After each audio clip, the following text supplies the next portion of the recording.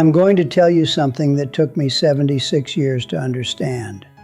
Fear isn't the problem. It's what you let fear decide for you that ruins everything. My name is Robert.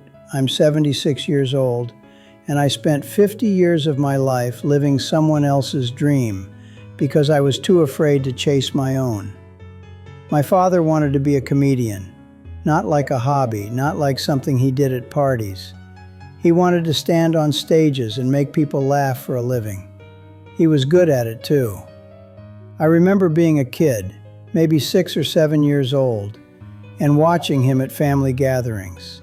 He'd tell these stories, do these voices, and the whole room would be in tears laughing. My uncle used to say my dad could make a funeral funny.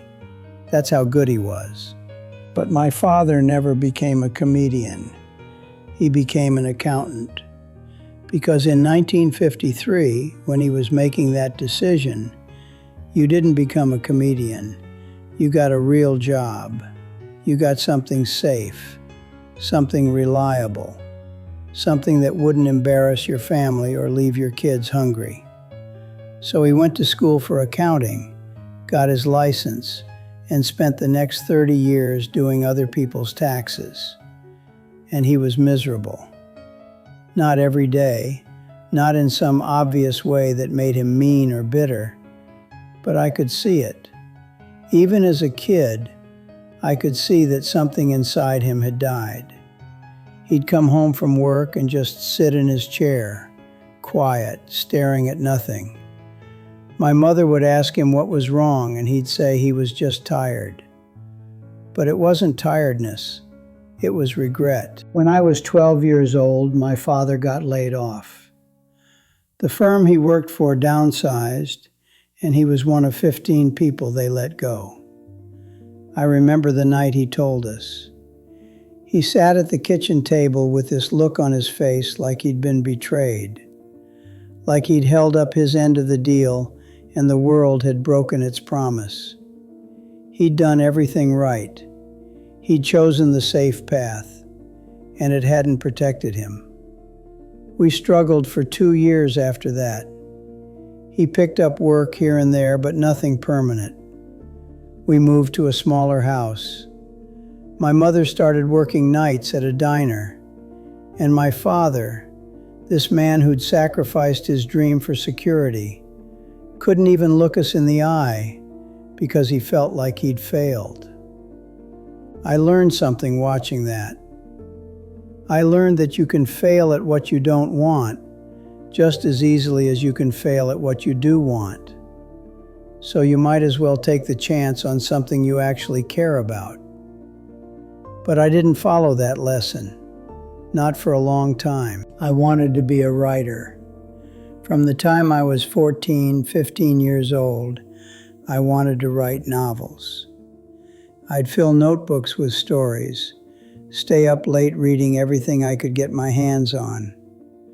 My English teacher told my parents I had talent, but when it came time to choose a major in college, I chose business, because that's what you did. That's what made sense. My father, the same man who'd given up comedy for accounting, sat me down and told me to pick something practical. And I listened, because I'd seen what happened when you took risks. I'd seen us lose the house. I'd seen my mother exhausted from working double shifts. I'd seen my father's shame.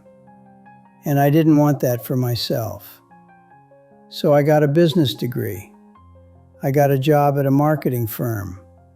I worked my way up over 20 years until I was a director. I made good money.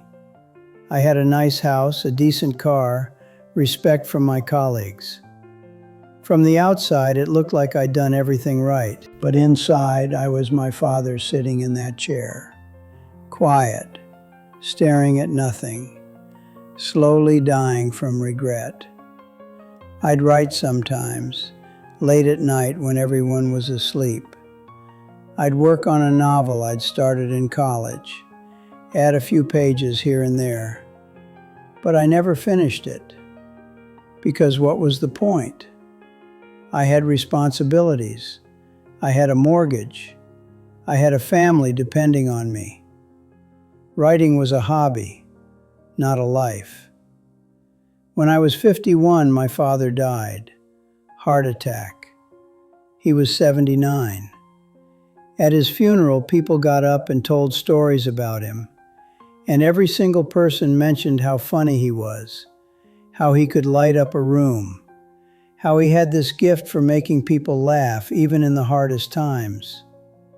But nobody mentioned his career. Nobody talked about the 30 years he spent as an accountant, because that wasn't who he was. That was just what he did to survive. Sitting there listening to those stories, I realized I was headed for the same funeral. Different job, same ending. People would get up and say I was a good man, a hard worker, a dedicated employee. But nobody would talk about the things I actually cared about. Nobody would mention the novel I never finished or the stories I never told. That night after the funeral, I went home and I looked at myself in the mirror for a long time. I was 51 years old. I'd spent 30 years doing work I didn't care about, climbing a ladder I didn't want to climb, building a life that didn't feel like mine. And I asked myself the question I should have asked at 22. If I died tomorrow, would I be satisfied with this? The answer was no. So I made a decision. I didn't quit my job. I wasn't stupid about it. But I started writing again. Really writing. Every morning before work, I'd get up at 5 and write for 2 hours. On weekends, I'd write for 4 or 5 hours. I finished that novel I'd started in college. It wasn't very good, so I wrote another one, and another one. My wife thought I was having a midlife crisis. My friends thought I was wasting my time. But I didn't care anymore. Because for the first time since I was 22 years old, I was doing something that felt like mine. It took me 4 years to get my first book published. A small press, nothing fancy. It sold maybe 3,000 copies. But holding that book in my hands, seeing my name on the cover, I felt something I hadn't felt in 30 years. I felt like myself. I'm 76 now. I've written 9 novels. None of them made me rich. None of them made me famous. But every single one of them mattered more to me than anything I did in those 30 years of marketing. And here's what I wish I could go back and tell my 22-year-old self. Here's what I wish my father had understood before he gave up comedy for accounting. You're going to be afraid. That's normal. Fear is always going to be there, whispering that you're not good enough, that you'll fail, that you should choose the safe thing. But fear is a liar.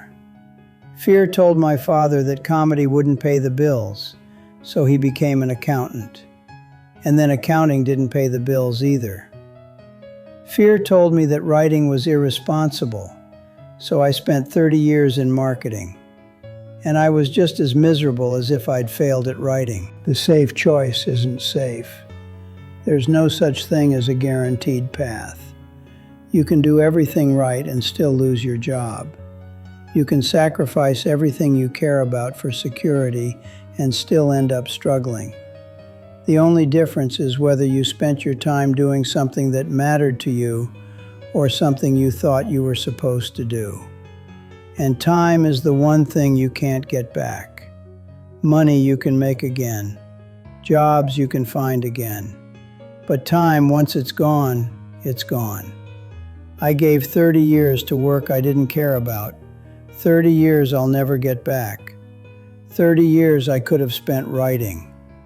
I think about my father a lot. I think about the comedian he could have been if he'd just taken the chance. And I think about all the people who would have laughed, all the joy he could have created, all the rooms he could have lit up. And then I think about the accounting he did instead, the tax returns nobody remembers, the ledgers that got thrown away, the safe job that fired him anyway. What a waste. But here's the thing I finally understand. It's not really about success or failure. It's not about whether you make it big or whether people remember your name. It's about whether you spent your life doing something that felt true to who you are. Because at the end, and I'm close enough to the end now to know this, nobody cares about your resume. Nobody talks about your job title at your funeral. What they remember is whether you were alive, whether you were present, whether you were yourself. My father wasn't himself for 30 years. He was the person he thought he needed to be. And it killed something inside him. I did the same thing. And it almost killed me too. If you're young and you're watching this, listen to me.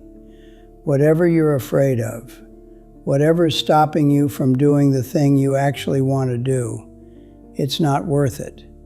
The fear is lying to you. The practical choice isn't protecting you. You're going to struggle either way. You might as well struggle doing something you care about. And if you're older, if you're my age or close to it, it's not too late. I started writing again at 51. I published my first book at 55. I've had 21 years of doing work that matters to me. That's more than a lot of people get. You don't need permission to live your life. You don't need to wait for the right time or the right circumstances, or for someone to tell you it's okay. You just need to start, today, now, before you run out of time, because you will run out of time. That's the one guarantee. The clock is ticking for all of us. And when it stops, the only thing that will matter is whether you spent your time being who you actually were, or pretending to be someone you thought you should be. My father died full of regret. I almost did the same. Don't make that mistake. Don't spend 50 years building a life that doesn't feel like yours. Don't sacrifice what matters for what's safe, because safe is an illusion, and time is not.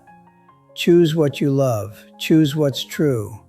Choose what makes you feel alive. And if you fail, at least you'll fail at something that mattered.